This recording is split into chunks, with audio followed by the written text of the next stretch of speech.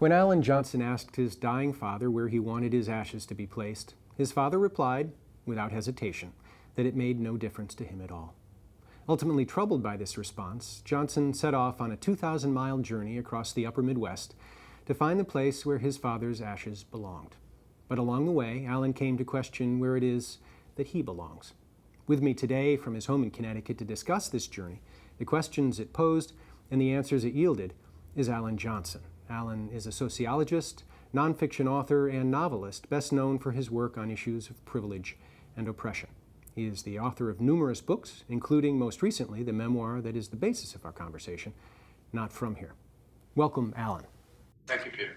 The event that prompted your journey, as well as the memoir that came after it, was the need, the obligation that you felt to bury your father's ashes.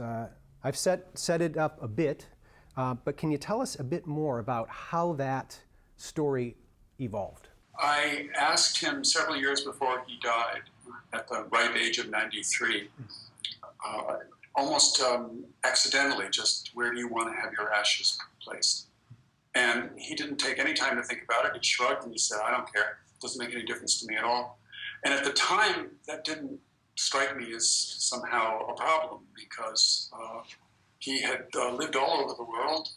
He spoke multiple languages fluently, so I didn't have a sense that somehow this was out of keeping with who he was and the life he lived.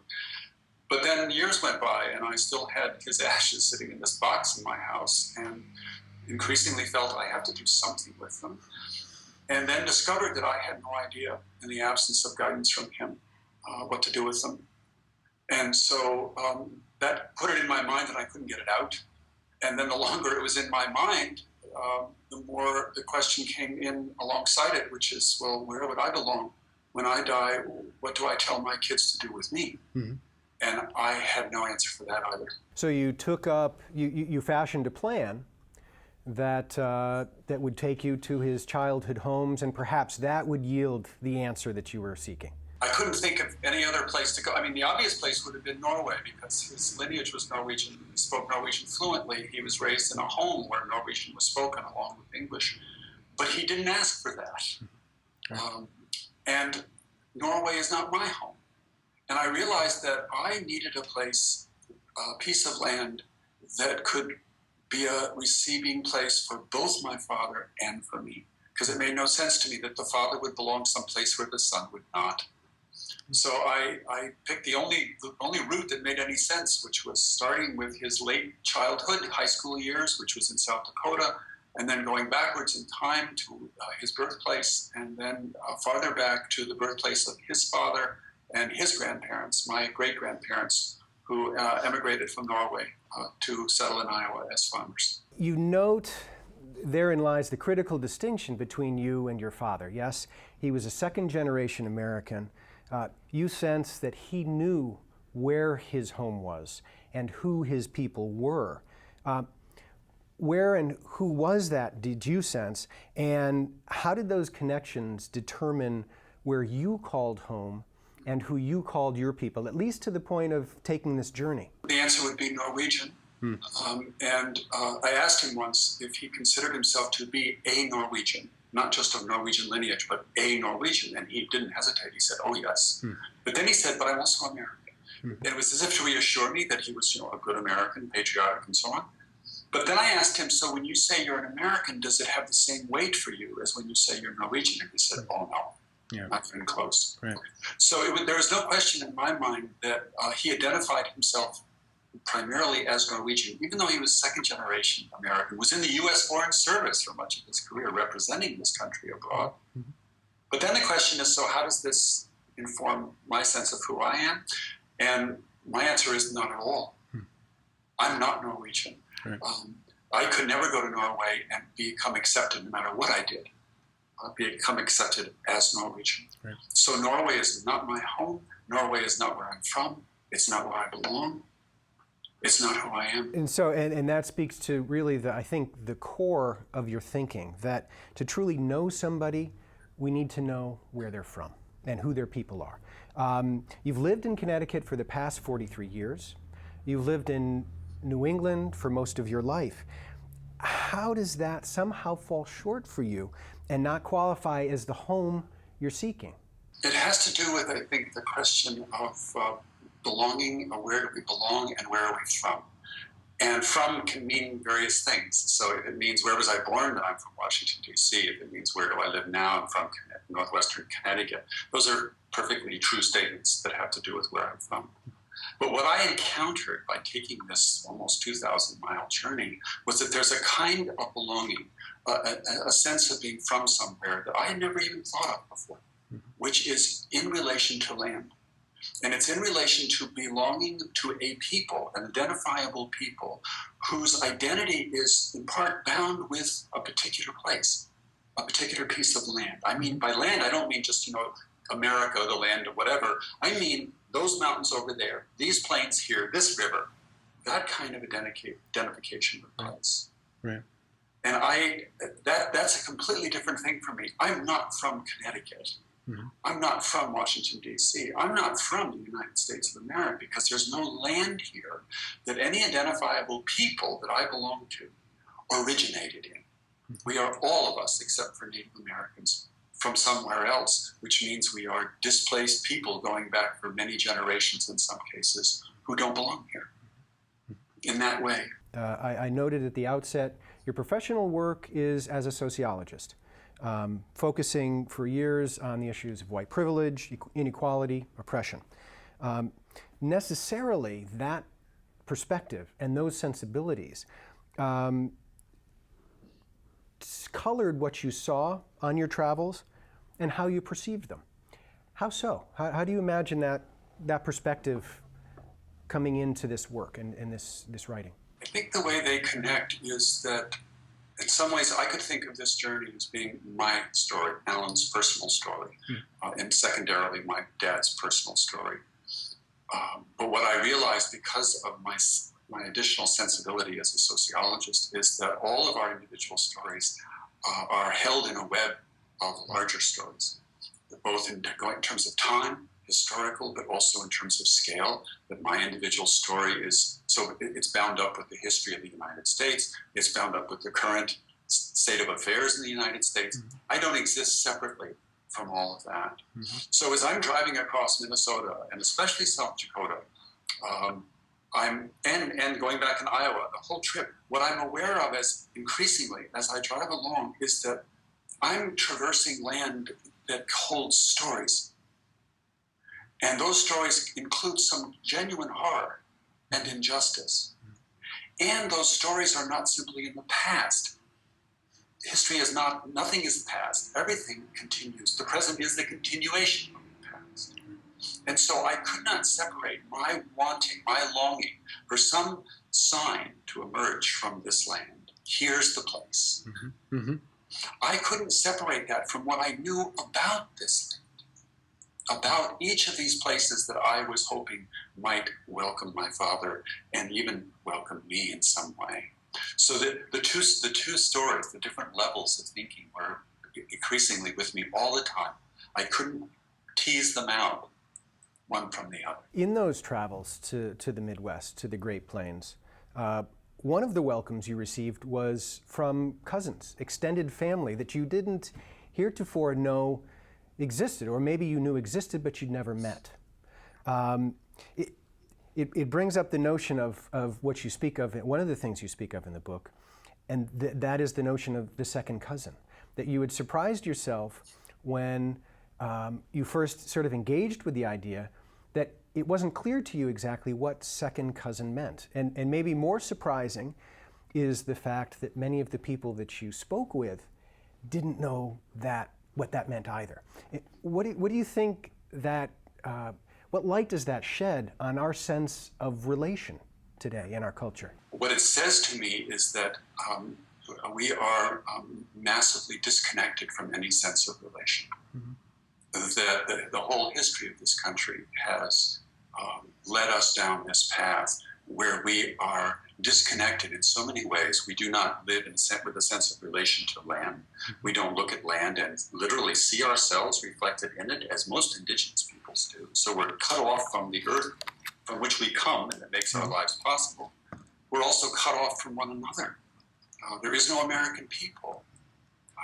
There is no American ethnicity that I can have by virtue of being American. And so that our lack of awareness of our kin, even to the extent of being able to name a pretty simple relation, I think is reflective of a larger sense of disconnection, a larger sense of rootlessness, in which we experience our lives as being independent, autonomous, not really dependent on any web of relations, which is extraordinarily different from any indigenous peoples that have ever existed. And certainly one of the arguments that you're making is that lack of connection has significant, far-reaching ramifications. And in fact, you go a step further. You say that if we don't know where we're from, if we haven't walked over the bones of our ancestors and thereby sensed the land as something sacred, then we're potential dangers to our neighbors, be they Native Americans or people halfway across the world. How do you make that connection?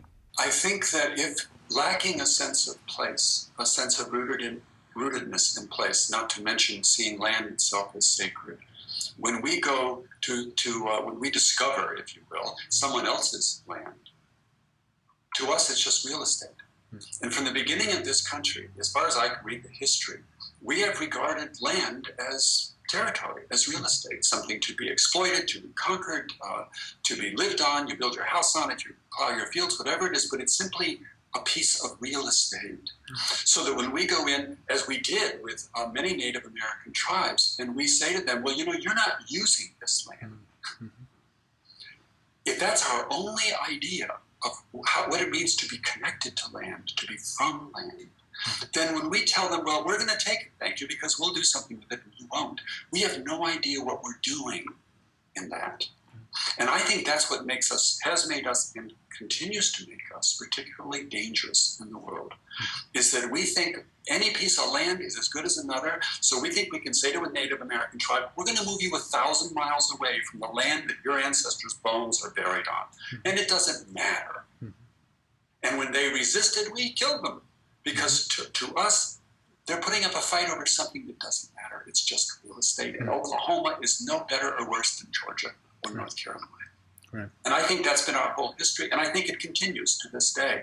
Our sense of being able to, having the right to displace people from their land, as long as we maybe put them on some other piece of land. The challenge being, of course, in that construction is that it then creates a sense of responsibility, if you will.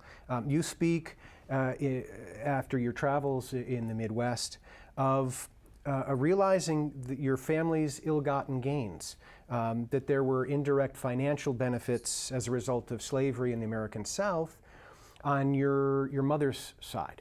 That land on the Great Plains, as you know, was stolen from Native peoples, this being on your father's side and when they came and settled there from Norway.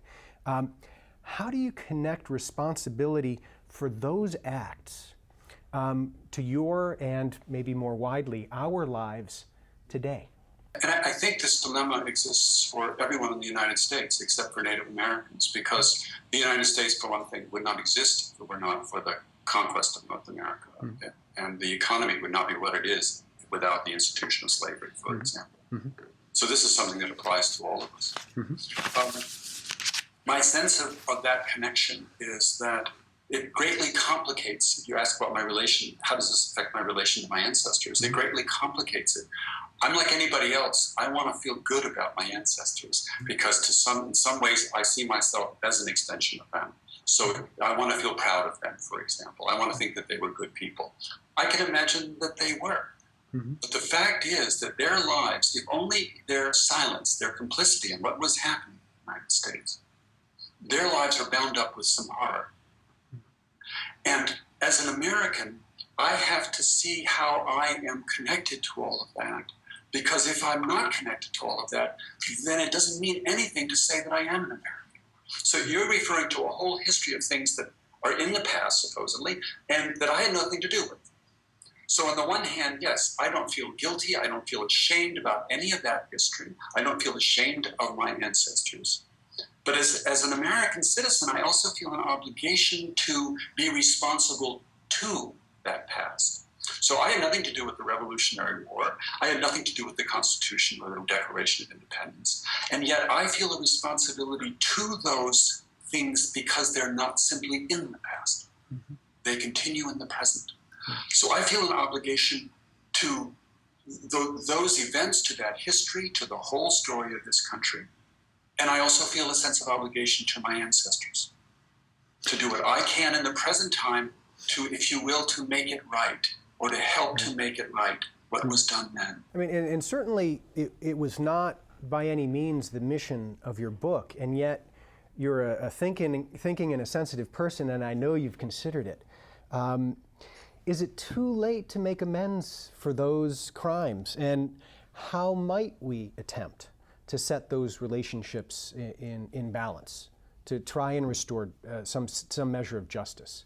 I, of course, don't have any simple answers to this in the same way that this memoir doesn't end with some great epiphany where everything is made nice and neat and unproblematic.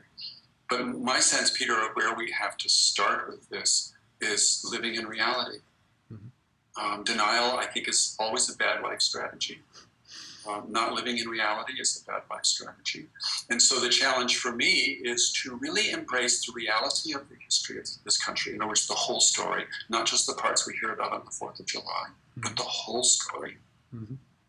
And we have to see how we are embedded, our lives are embedded in that story. I often hear from people who say, well, I have nothing to do with that, so leave me alone. No. Our lives are embedded in that. If they're not, then we're not citizens of this country. It has no meaning that we're here.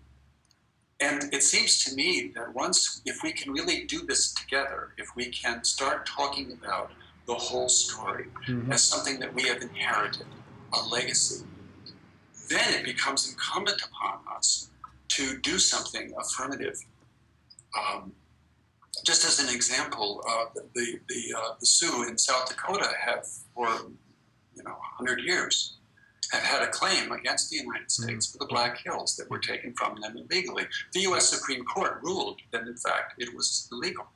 We had no right to take the Black Hills, which are sacred land to the Lakota Sioux.